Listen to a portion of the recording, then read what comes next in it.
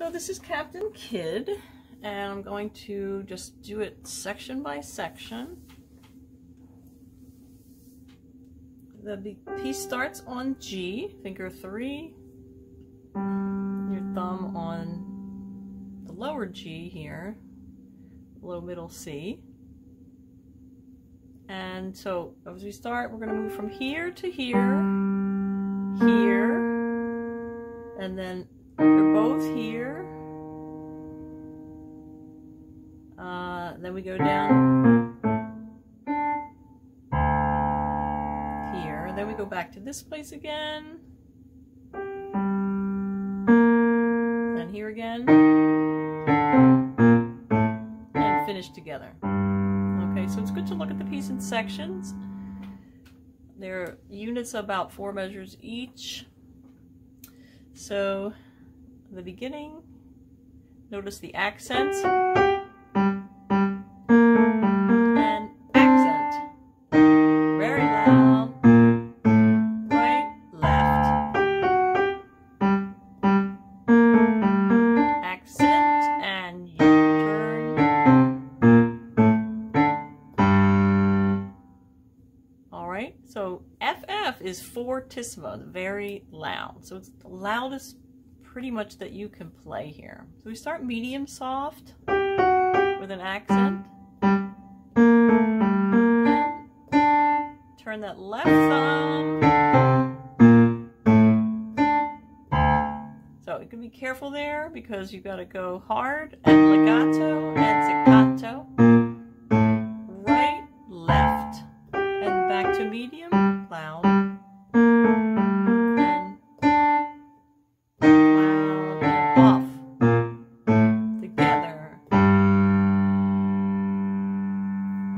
One more time.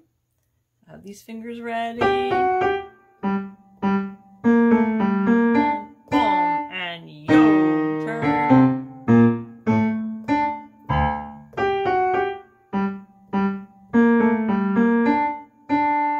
Sorry, I lost my place. Here we go. Sorry. Notice that little line. You can't see it here, but the line under that G. Just make sure you don't make it staccato. It's just remind you to hold it down. There's no rest after it. And hold. Alright, that's the whole first section. You're going to work on that by itself. Okay, we don't need to go on. That's your assignment this week. And just break it down. Make sure the fingering is right. For the next week after that, then we're going to tackle measures 9 through 15, I guess 16. So in measure 9, notice that we have the melody here in the left hand. Just play that through.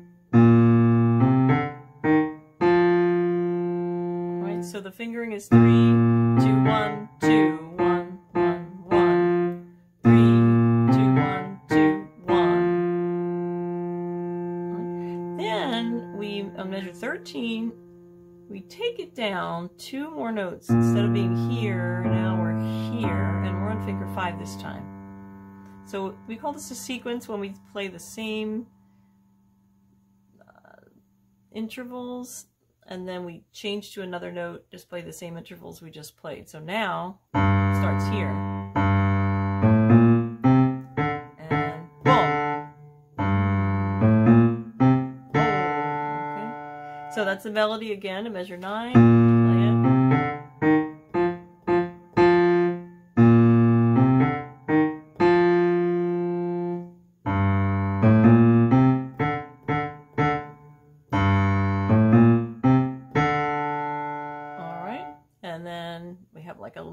Middle portion after that.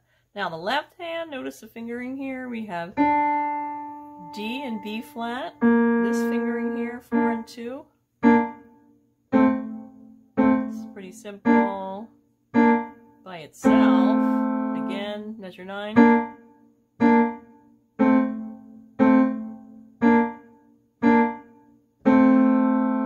Then we're going to move down 2 pitches, and now we're going to use 4 on B flat and 1 on G. So now we have 4 and 1 here, and we're going to 3 and 2. This is kind of an interesting thing here. So practice going from here to there. 4 and 1, 3 and 2. 4 and 1, 3 and 2. When you get that, then you can play the pattern at 13.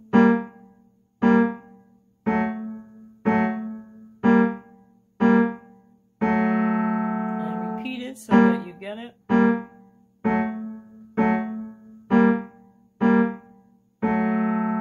So before that we had, it's supposed to be loud here. 1, 2, 3, move. 4 and 1, 3 and 2. Alright, so by themselves the hands aren't too bad, but putting them together is a little bit tricky. So you got to be careful and do it slowly. Make sure you have them both by themselves. So 4 and 2, 3 here. Don't let the right hand be too loud because the left hand has the melody. And you got to spring off the right hand while the left hand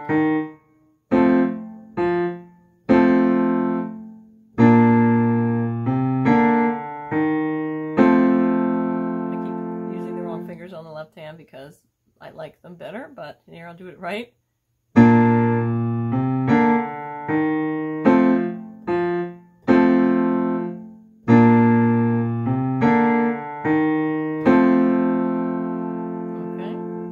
So when it goes faster, I mean, it'll be. That's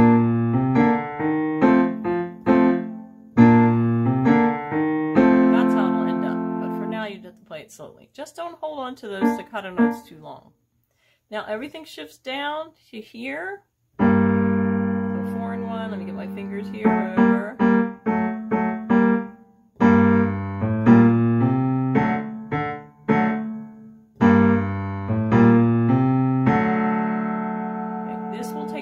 It's only 8 measures, but it's tricky.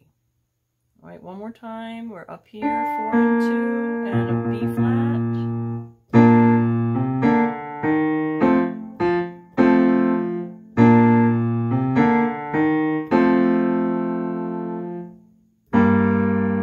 Sorry, picker use 5.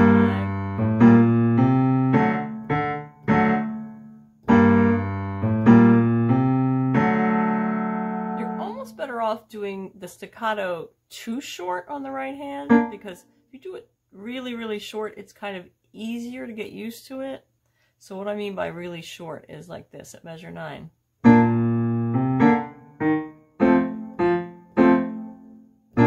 Sorry. Right, because it's hard to get this left hand to spring up while the right hand is doing something different.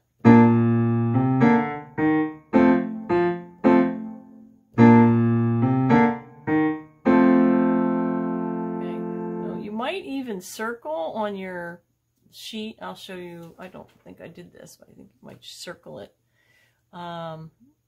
in measure 9 on beat 3, just to remind you to spring off of that. Okay, that takes us to the top of the next page. So now you're going to play this little sequence where it's just 3, 2, 3, and an octave. So we're an octave apart here, right? Slide down to A, slide down D. Alright, so that's a nice little interlude. That's a good thing to memorize. You're an octave apart. A.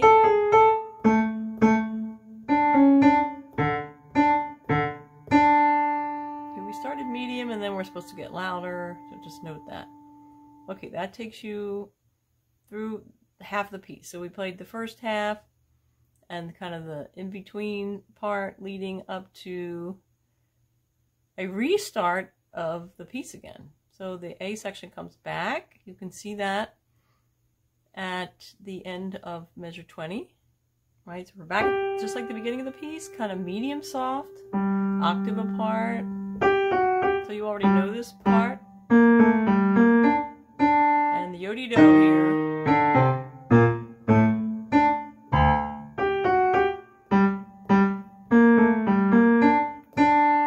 Okay, so you know all that.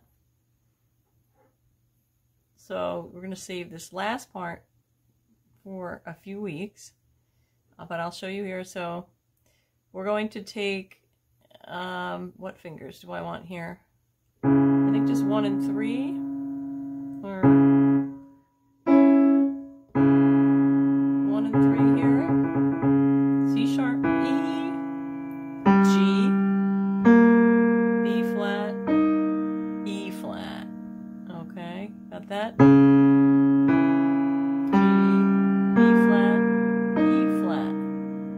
It's accent and it's loud, so it's chung. And we slide everybody up and we do the same thing again. Chung. And then we're going to end up a little softer in between. Alright, so let's go back. 1, 2, 1, 2. So coming down from here, get your pinky and your thumb. Basically it's this. Whatever fingers you like here. And for this, you can go with just the finger in the middle.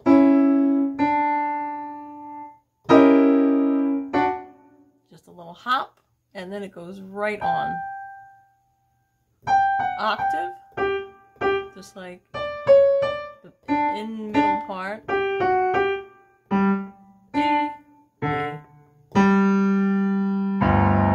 Now I slowed down just to show you. It'll keep moving though, and it gets louder. G, D, G again, and D.